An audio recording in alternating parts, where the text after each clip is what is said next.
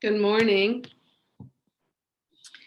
Good morning and welcome to the Unitarian Universalist Congregation of Erie Sunday service for this last Sunday in January. Welcome, everyone. Remember, if you are willing and able to have a chalice and a bell nearby for the service. And also keep in mind that this is being recorded and will be posted to YouTube and our Facebook page, I believe. So our theme for this month is solitude. And our service today is Rest and Rebuild with Reverend Susan Frawley. So rest and rebuild. In the solitude that COVID has given us, we have an opportunity to calm our soul, grow our faith, and work to envision what we would like the world, our church, our home, and our heart to be like in post-COVID time. Today, we are going to breathe in peace, breathe out fear, and be still so as to see the vast wonder of possibility. And Reverend Susan Frawley is the minister at the UU Church in Hamburg, New York. And she is also a circuit rider, traveling to UU churches and providing Sunday services. She is a retired educator who went to seminary for a later in life vocation. She is a parent outreach facilitator for GLYS of West New York, and GLYS is growing LGBTQ and youth support. She is a fierce PTA member and a parent of 2 children and resides in Amherst, New York. So welcome, Reverend Susan, and welcome to everybody here with us this morning. It's wonderful to have this time together. So we're going to start out with our bell ringing. So if you have a bell or a tambourine or a Tibetan bowl or something that makes a joyful sound, go ahead and unmute yourself. And with the sound of bells, we welcome stranger and friend to a time of mindfulness. So go ahead and unmute yourself.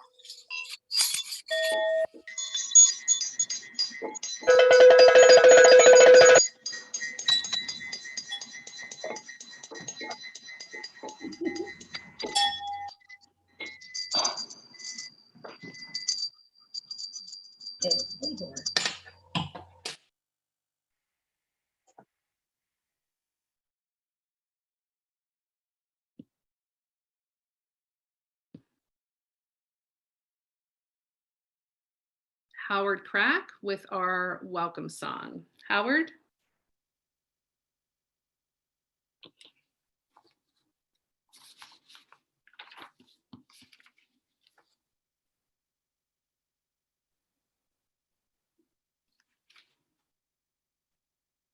Howard, I believe you're muted.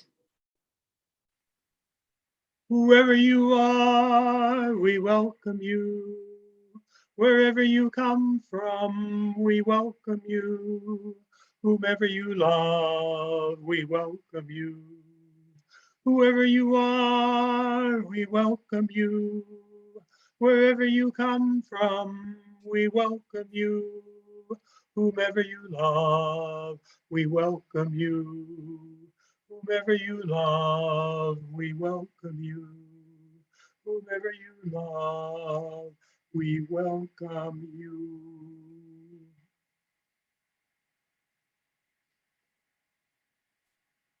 Thank you, Howard. And now for our opening words, Reverend Susan Frawley. So our opening words this morning come from Genesis 2, section 3. So God blessed the 7th day and made it holy, because on it God rested from all his work that he had done in creation.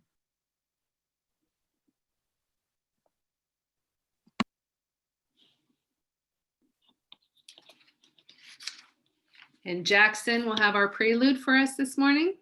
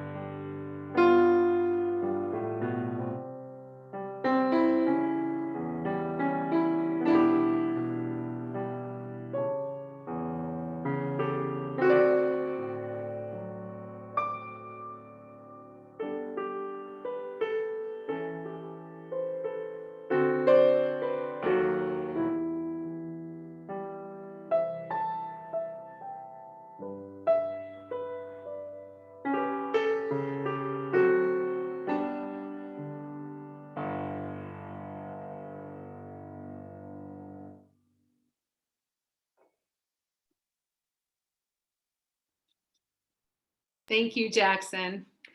So if you have a chalice or a candle that you would like to light this morning, get that ready. We're going to be doing our chalice lighting, and it will be given by Greg Blackman this morning. The words today were suggested by the Unitarian Universalist United Nations Office as a global chalice lighting to be used in the month of January of 2021. These words are offered by the Hungarian Unitarian Church in honor of the anniversary of the Edict of Torda. This quote comes from Francis David, founder of the Hungarian Unitarian Church in the 16th century.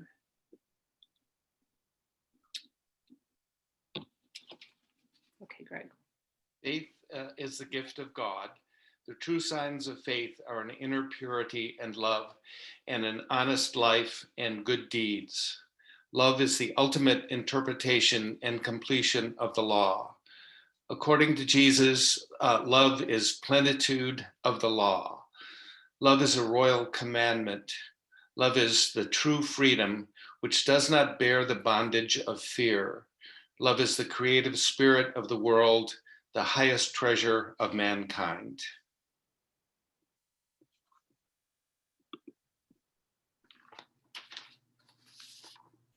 Thank you, Greg. And now we're going to do our Universal Covenant, followed by our 1898 bond, and those will be with Christine Linke is going to lead us through those. Christine? Good morning, everyone.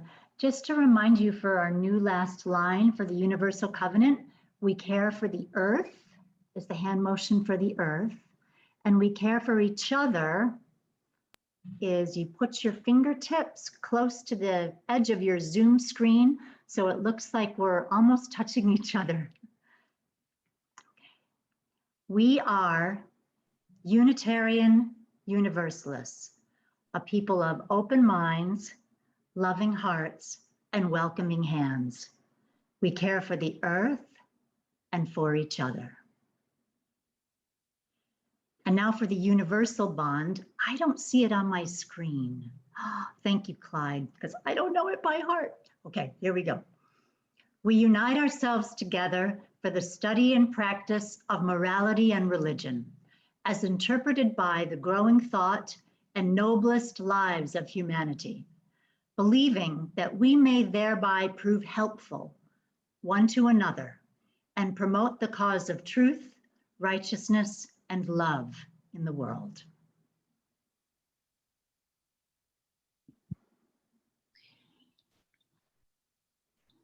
And next, Reverend Frawley, we have a breathing exercise followed by a responsive reading.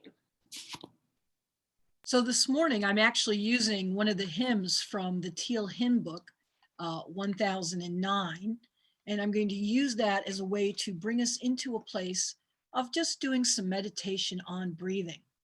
For you who are at home, I'm going to ask you to just say to yourself or to do, breathe in and breathe out. And as I'm reading these words, I'm going to encourage you to breathe in and breathe out. And you can say it if you like at home, muted, or just breathe in and breathe out. This is meditation on breathing.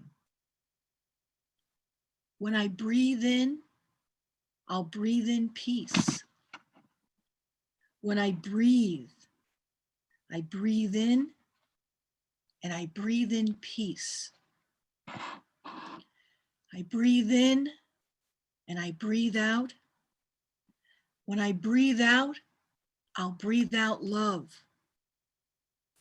When I breathe out, I'll breathe out love. And when I breathe in peace. I breathe in peace. I breathe in peace. And when I breathe out love. I'll breathe out love. When I breathe out, I'll breathe out love.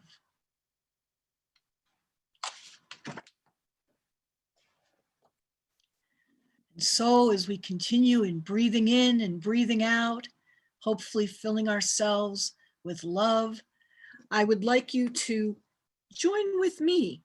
I believe the words are going to come up on a screen, and read together this responsive reading, which is an all-together reading. It is by Thich Nhat Hanh, and let us read together, or just listen to my words if you're at home as we read. Let us be at peace with our bodies and our minds. Let us return to ourselves and become wholly ourselves.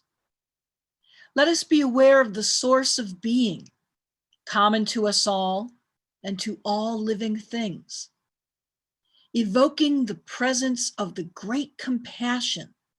Let us fill our hearts with our own compassion towards ourselves and towards all living things. Let us pray with ourselves, cease to be the cause of suffering to each other.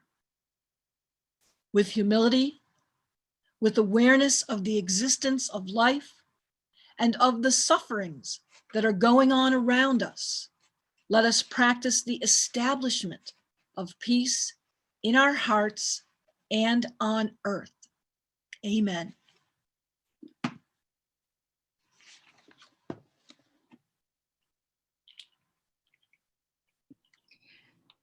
Thank you, Reverend Frawley. And I would like to thank Sarah Simkovic for giving us that photo today to use during our meditation. Thank you, Sarah.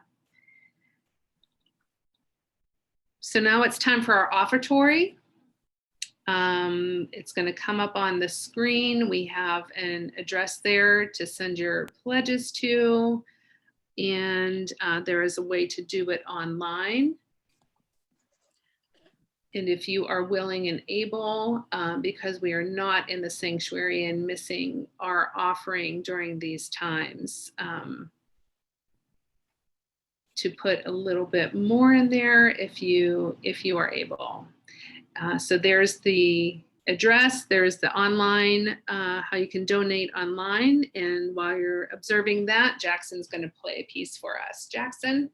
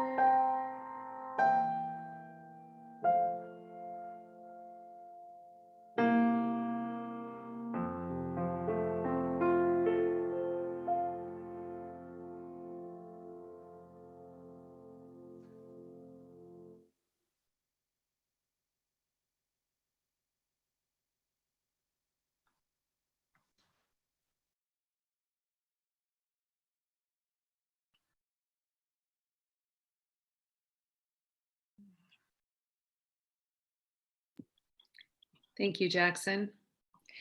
Okay, Reverend Frawley. Following our scripting. I have a reading that I'd like to share with you all that I want to do right before our sermon. And this reading is actually written by a woman who lives in Erie, Pennsylvania. Her name is Tess Frawley, and she is my niece. And she's a local gardener. And she wrote this little essay just about growing and about being, and it moved me. And I asked her, may I share this at church? And she said, yes. So with your permission, I'm going to read this to you before I start. It is called Heartseed. I hesitate to use social media as a platform for self-expression. Yet I have a lot to share that I often don't, for pride or fear or manipulation or something it may be, which then bottles up inside of me with no outlet, repressed. Instead, I often recoil and distance myself from other people and things as a means of self-preservation and control. In the end, though, the here and now, I cut myself off from the energy that wants to flow through me. I feel silly even typing this, but alternatively, I lie awake in bed, sleepless and restless, with a blockage in my throat for needing to voice something and an aching hunger in my stomach, a hunger for nourishment of a different kind, a yearning to turn myself inside out and expose all of my deepest perceived flaws, my aches and pains, my joys and sorrows, my insights and revolutionary to me ideas, so that I can just release, heal, move on, grow. In other words, to share myself, my truest, most beautiful, authentic human being self in each moment. Lately, surrender has been my ally. So here is a bit of my spirit in this moment. In Ashbury Woods, a bench reads, "That which we have once enjoyed and deeply loved, we can never lose." And the author is Helen Keller. This year, the world has seen radical transformation, mirrored in the personal growth that I've cultivated within myself and my communities. Words may not capture the grand essence of our collective, blossoming consciousness, but I shall certainly try to keep the channels of communication and connection open.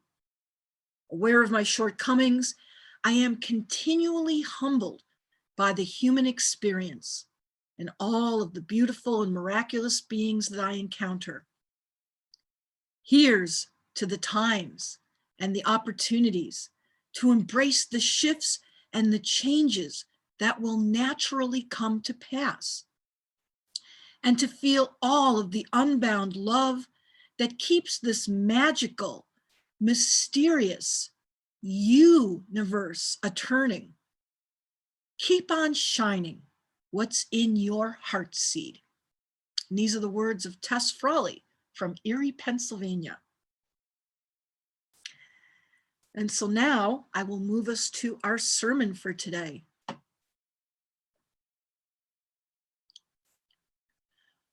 Rest gives us the energy to rebuild. But so often we disregard this important life-giving practice. Life can be so demanding.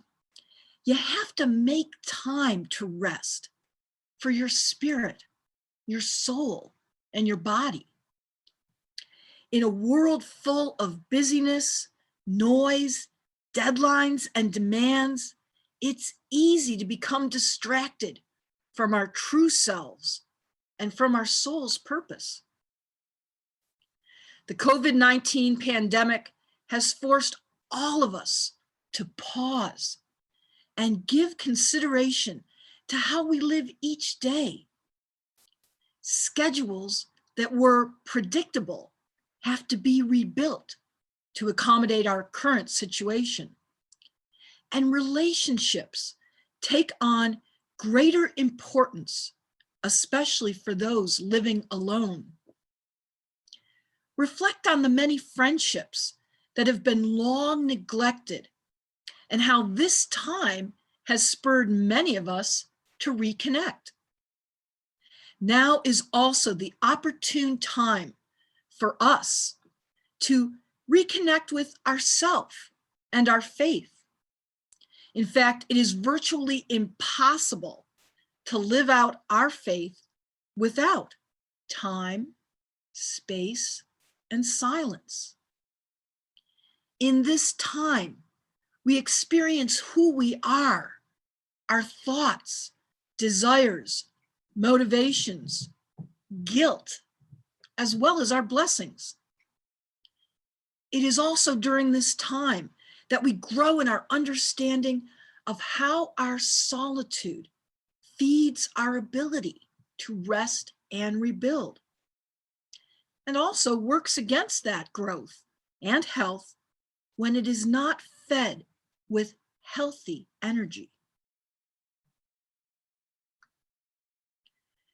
Henry Nguyen writes, "Solitude, or the removal of distractions, is the place of the greatest struggle and the great encounter.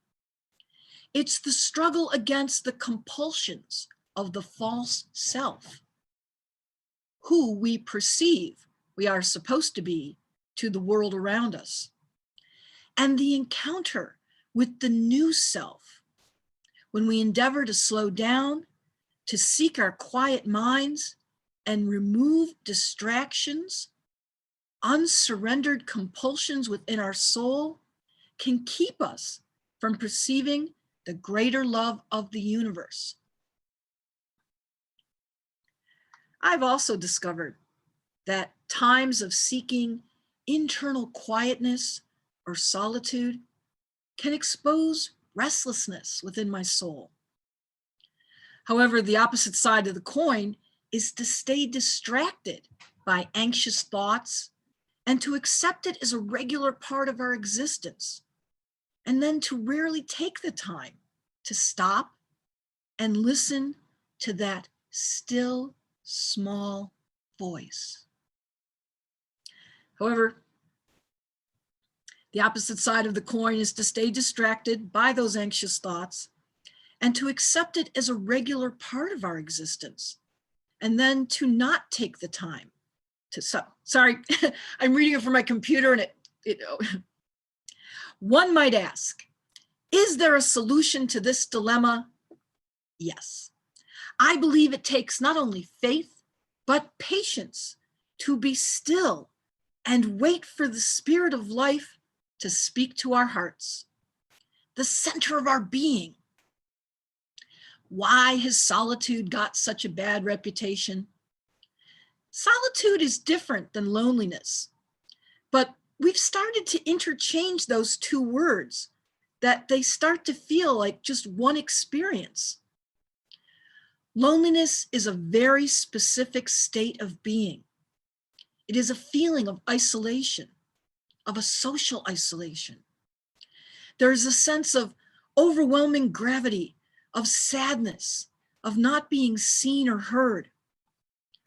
Loneliness is often a symptom of depression. Loneliness doesn't feel like a choice. Solitude feels different in the body. It feels different in the quality of thoughts.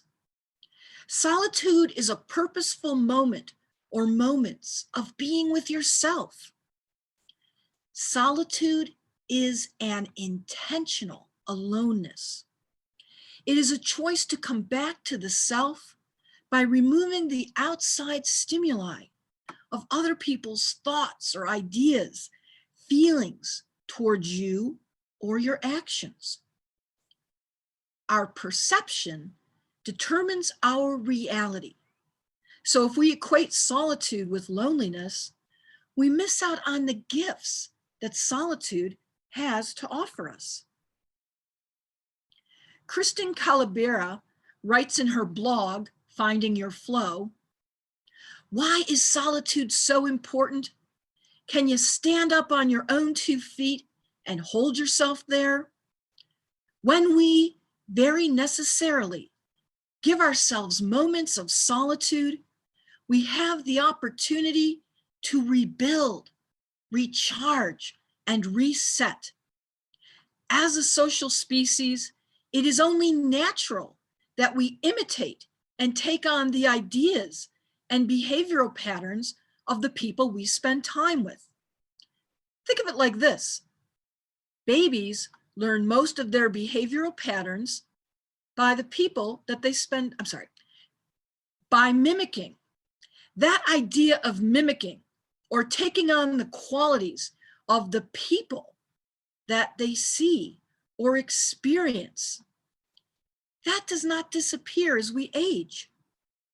Moments of solitude let us shed what we have taken on from other people through this lifetime of learning and mimicking, and allows us to come back to ourselves. It is an illusion that we sometimes buy into, that we need someone else to support us through the whole of our existence. Who are you outside of your relationship to other people? What do you like? What sets your soul on fire? What lines of poetry speak to your heart? What are you truly passionate about? If we constantly put ourselves in situations where we are only taking things in, information about other people and how they respond to our particular choices, we start to live in a world that is ruled by the response we hope to get out of the other person. We also don't give ourselves the necessary time and space to process all that we have taken in and see how we energetically respond to it. Again, if we are only constantly taking information from outside sources, we miss the most important, the inside source. The dangerous thing about relying on other people to determine our likes and dislikes, the path that we want to travel, the things that we are passionate about, happiness, is that not all people were meant to stay in our life forever. Most of them will come and go as they should. Of course, they will leave imprints of their energy on your heart. But the only person that you are with for your whole life is yourself. That relationship requires tenderness, compassion, and quality time in the form of solitude. Nationally, faith in so many things is being challenged, fought for, and surrendered. Solitude has brought introspection and suspicion. The inability to have face-to-face communications, to have community, has affected people's base of perception. What has been a circle of inclusion has become for some a singular point of defense. We are entering a time of healing. To heal, we need rest from the ever-constant barrage of disease, distress, distance, and disinformation. We need to find a healthy balm that works for our soul, be it vaccinations, chocolate, good words and deeds, and rest. Give yourself permission to rest. Rebuilding does not take place unless the muscles of the body, the heart, the soul, and the mind have rest. Rest is the allowing of those same muscles to let go of work. Just breathe and be. Breathe in health. Breathe out hurt. Breathe in love. Breathe out harm. Breathe in strength and breathe out fear.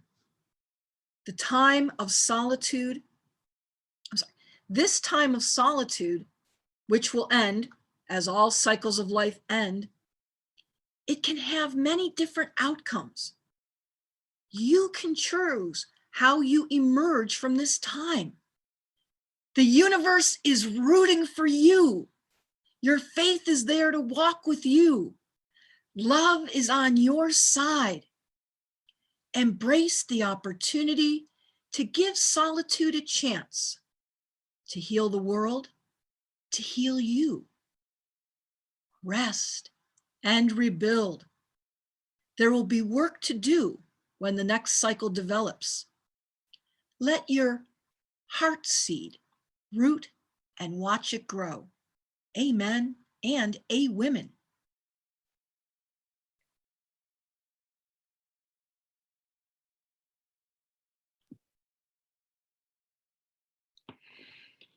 Thank you, Reverend Susan, for that thought-provoking and much needed message today. And now it's time for joys and concerns. Christine? This is our time of joys and concerns, so please use the chat box to share how you're feeling today. It could be just a thought that you want to share, or a joy that you have, or something that you're going through. And a gentle reminder that we don't respond to what people post. This is just our chance to bear witness. Today, Andrew is going to be providing music for us during our joys and concern time. After that, there'll be a moment of silence, and then I'll do a brief summary of what we all shared in the joys and concerns.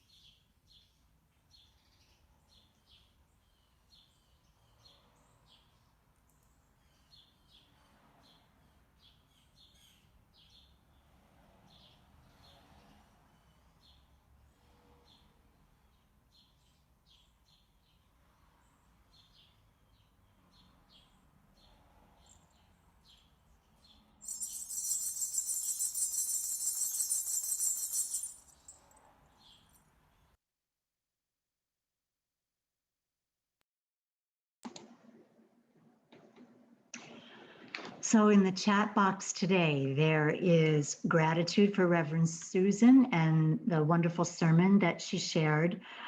People are sharing also hope at being able to get the vaccine and a change in our time of health and in our political milieu. Also, there's joy expressed for the birth of a grandson and for the celebration of an anniversary. Oh, and also gratitude for our musicians. So thank you, Andrew and Jackson and Howard.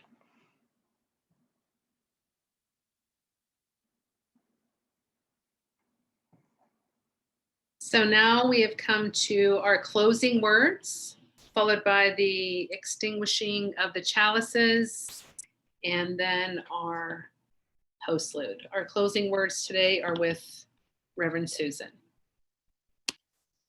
Our closing words today come from Helen Keller from that bench in Ashbury Woods. That which we have once enjoyed and deeply loved, we can never lose.